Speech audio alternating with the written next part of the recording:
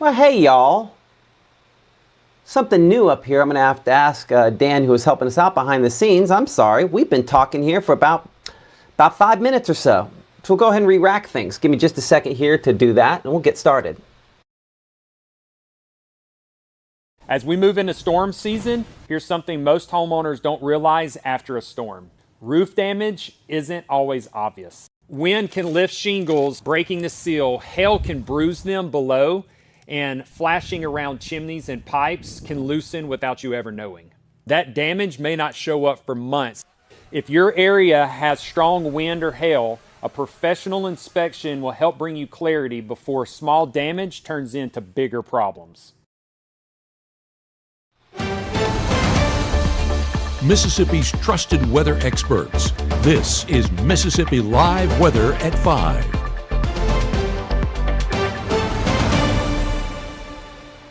Well, welcome in here, Mississippi Live Weather at 5. I'm Chief Meteorologist Matt Lawpon. We're kind of been watching some showers and thunderstorms to the west of us, trying to build in one of the many things we're going to be looking at here over the course of the next few minutes here from our room-to-room weather center. I'll kind of re-rack here for a moment. For whatever reason, a little bit of an issue there, and I'm trying to make sure. Let me know in the comments here if the audio is okay, because in my ear it is not okay, so I want to double check that here for a moment, just make sure everything's good on that. And again, appreciate y'all for watching us here. Storms become more likely as we head throughout the overnight time period here. Significant changes are on the way as we look toward your forecast for your Friday, especially related to severe weather and the timing of that severe weather. We'll have that here in a couple minutes.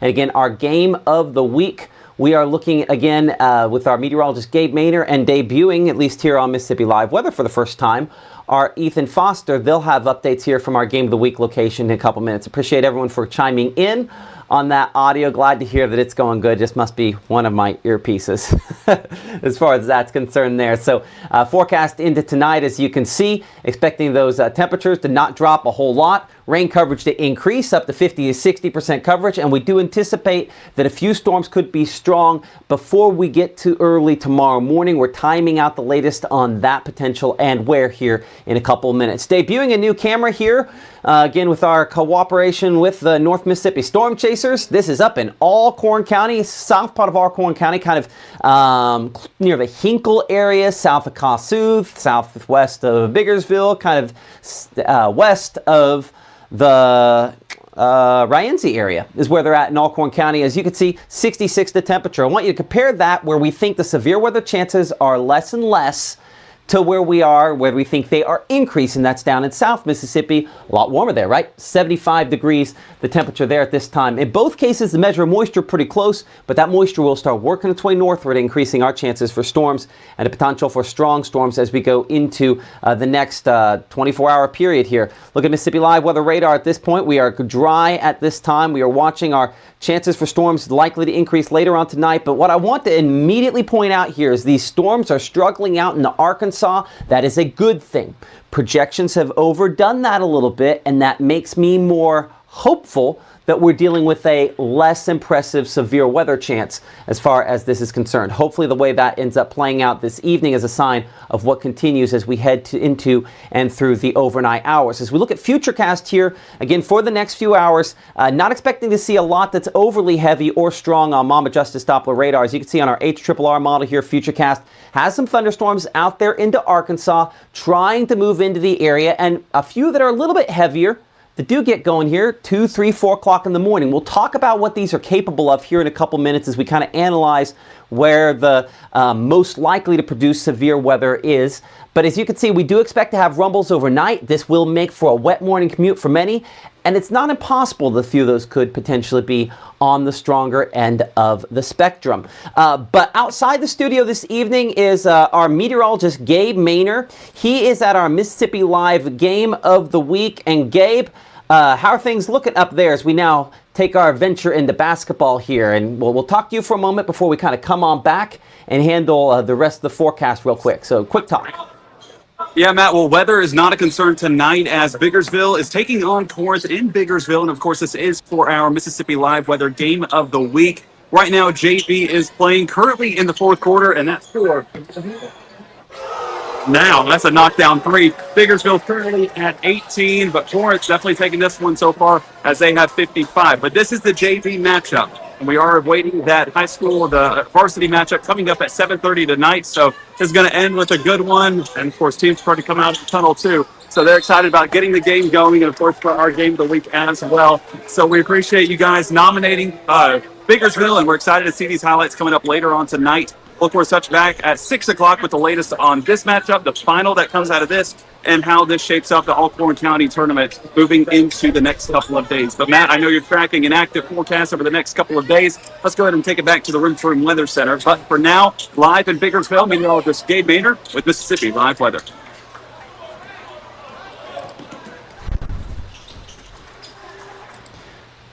And again, I appreciate the good folks there, Langston and Lott, for supporting us here on Mississippi Live Weather and supporting our Game of the Week coverage. Hopefully, voting still ongoing there for Spirit Squad, as well as the band/student section of the week. Keep on checking those out. You can find that on my Facebook page there. Pretty competitive vote going on at this point here. As you can see this evening, though, we have those storms by early tomorrow, and then a little bit of a break through the middle portion of the day before storms come back in a big way later on tomorrow night. But we're hopeful that the fact that we have two chances and separated, that perhaps things are not going to line up as far as severe weather is concerned. Coming up here in 60 seconds, we're going to break down how all those different components kind of relate to this here. We're going to look in more detail at, in particular, the amount of fuel for thunderstorms and how much that is available. Out with the old and in with the new. It's time to save big at Room to Room's New Year's sale. Store-wide markdowns 50 to 70% off, no tax, 48-month special financing. It's a new year at Room to Room Furniture in Tupelo. There's no place like home.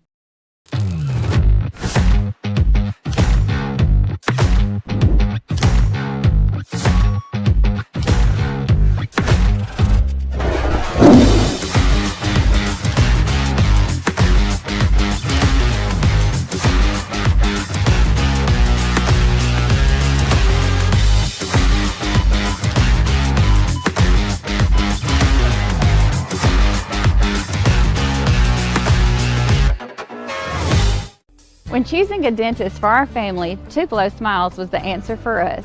They greet us with warm smiles right when we walk in the door, and they make us feel so welcome. We love Tupelo Smiles.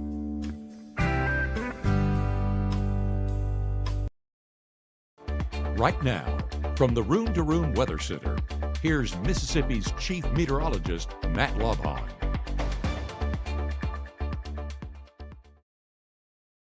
Again, here from the Room to Room Weather Center, I'm Chief Meteorologist Matt Lopon. Again, your Friday severe weather risk has been trimmed to the south. This is something we discussed in a pretty lengthy overall discussion here a couple of minutes ago.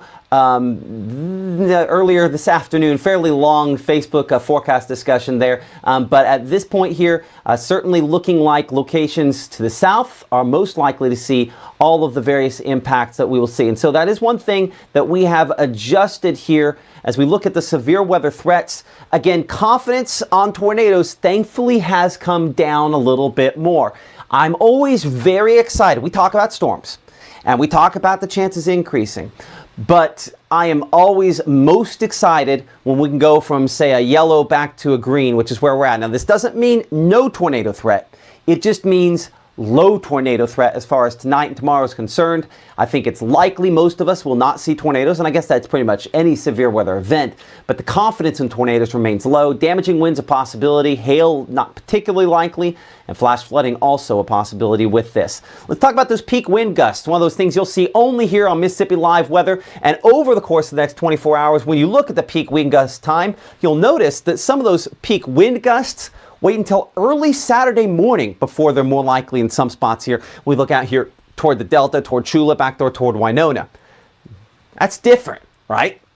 It's different because initially most of our projections had storms along a prefrontal trough. They get going, very well organized. But last night at 10 o'clock, we talked about a wall that was being built of showers kind of blocking off the moisture coming from the Gulf of Mexico. And I think that's one of the things that's kind of splitting that timing. We'll look at that with Futurecast in much more detail in a second. But I know I had some folks in Facebook chat earlier saying, okay, do I need to keep kids home from school tomorrow? And the answer is absolutely not.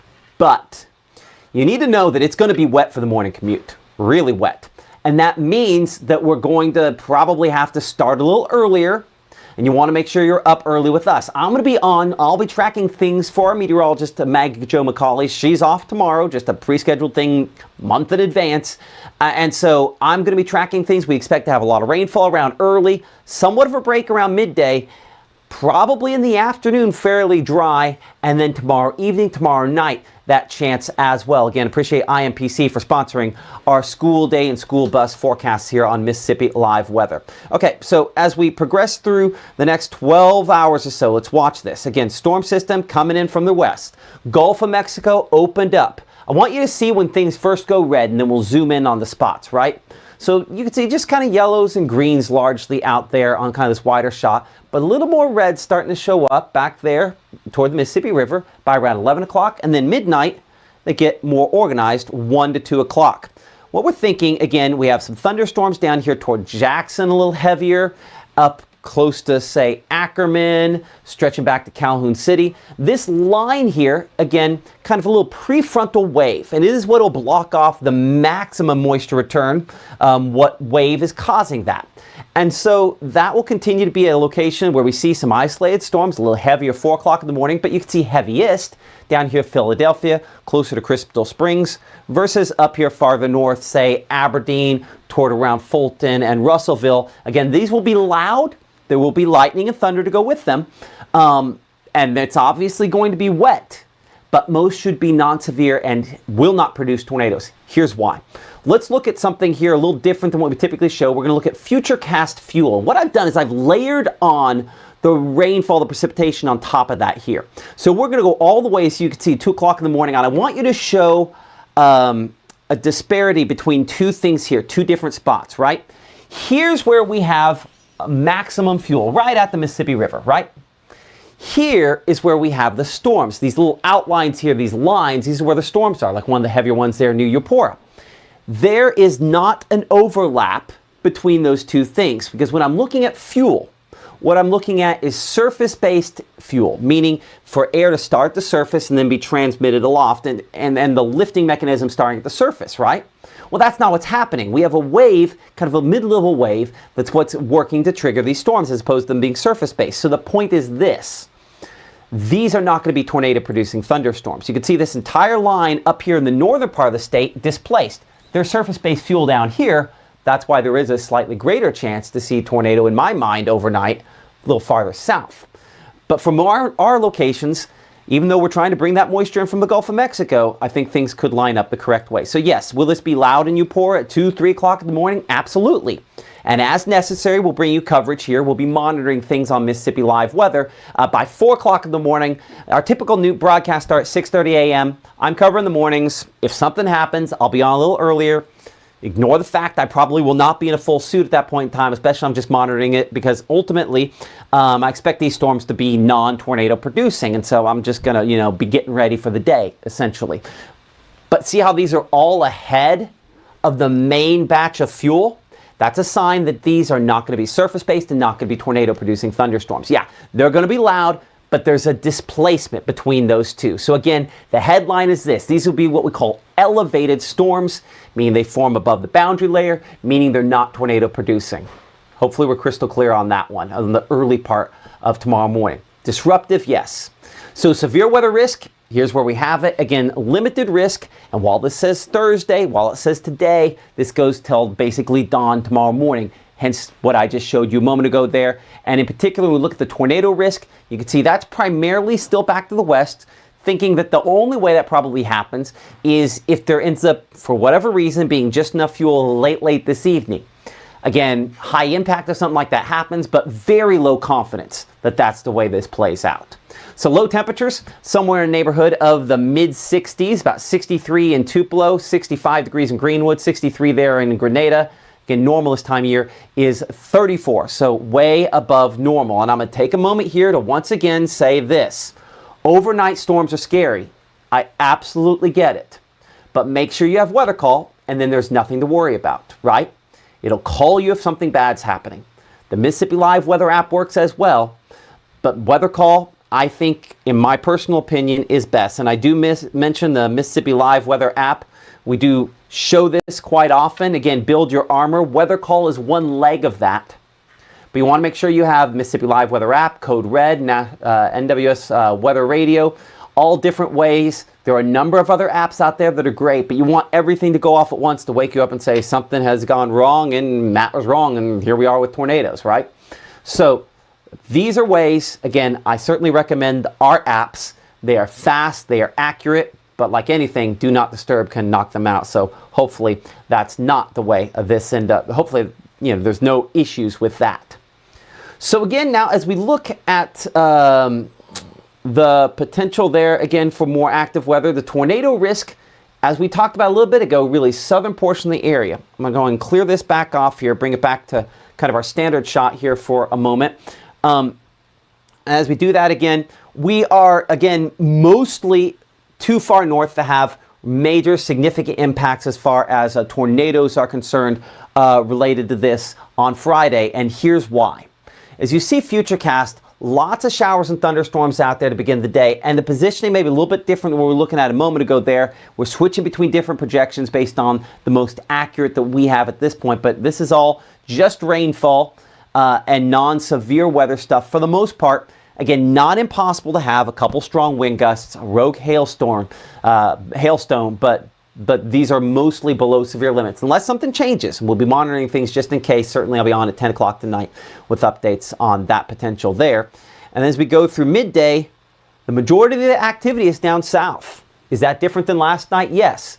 This blocking off a decent amount of the fuel for thunderstorms. So we go through kind of a lull. But let's watch back to the west, because this remains kind of the next bogey that we have to pay attention to.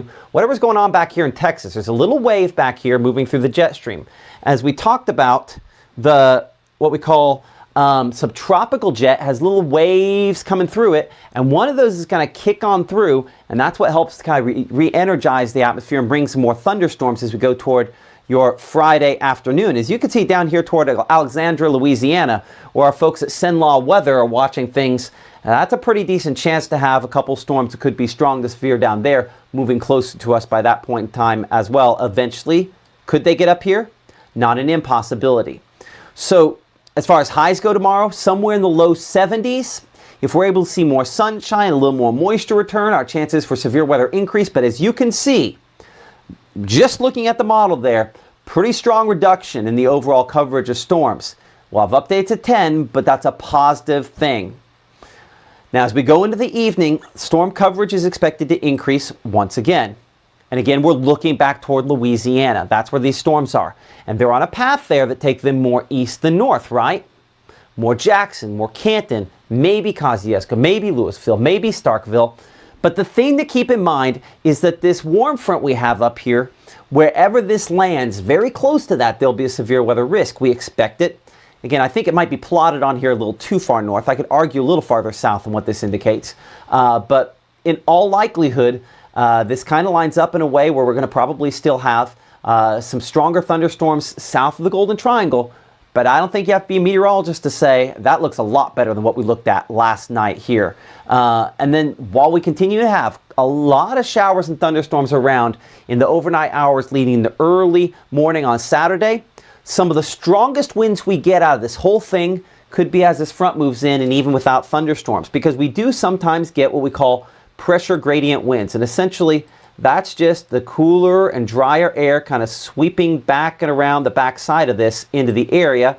And as that happens, because there's a lot of big pressure change with that low pressure center up there, then sometimes we end up getting very windy conditions. So it's possible, with all this talk about storms, that the worst of it is just the regular winds being sucked into this storm system. Hopefully that is the case. Again, to kind of verify a lot of what we talked about there, look at that fuel Futurecast kind of overlay, something you'll see only here on Mississippi Live Weather.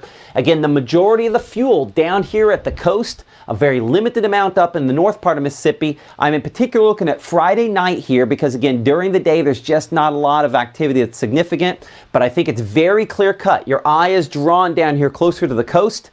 As we've talked about all week long, this front that came through earlier in the week that limited how far north moisture returned, that to a certain extent, a saving grace on keeping the most accurate stuff down to the south. Hey, Dylan was asking on Facebook, is that fire? It is meant to kind of look like fire because when you think of a hot burning fire, you think of, fuel, like it's clearly burning something. And in this case, where it's burning up a lot of instability, yeah, it does kind of look like fire. That's an intentional thing there to show you where things are most significant. So again, to review, confidence is low in tornadoes. A brief spin up is possible on our peak impacts there. Some strong wind gusts, but again, confidence is not super high there. I kept it medium because of those pressure gradient winds on the backside. Again, sporadic wind damage possibility even out of a non-severe thunderstorm. Limited hail threat, and again, flash flooding not an impossibility out of this.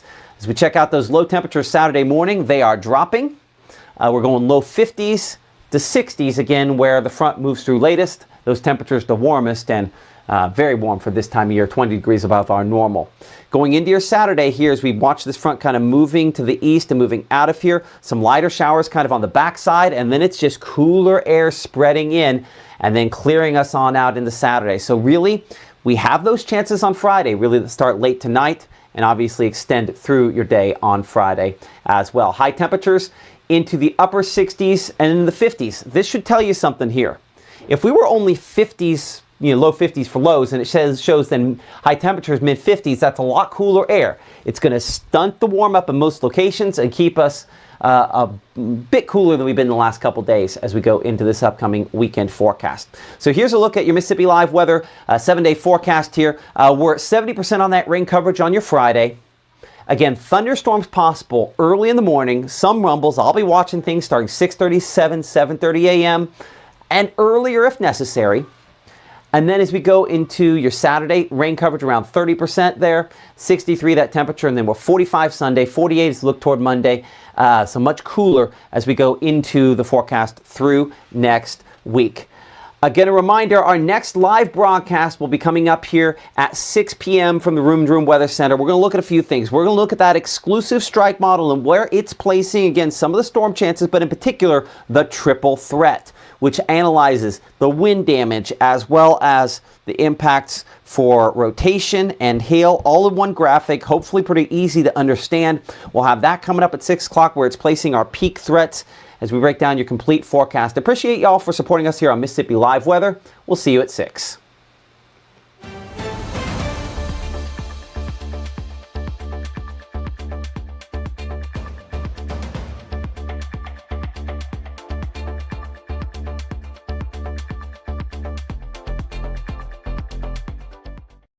Even though Gabe grew up in Alabama, Mississippi has now become his home and his family.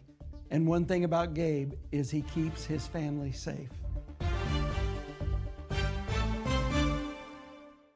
At First Choice Bank, we know you can't always make it before the bank closes. With our integrated teller, you can talk to a live person as late as 7 p.m. on weekdays and noon on Saturdays. It's not just an ATM, it's an ITM.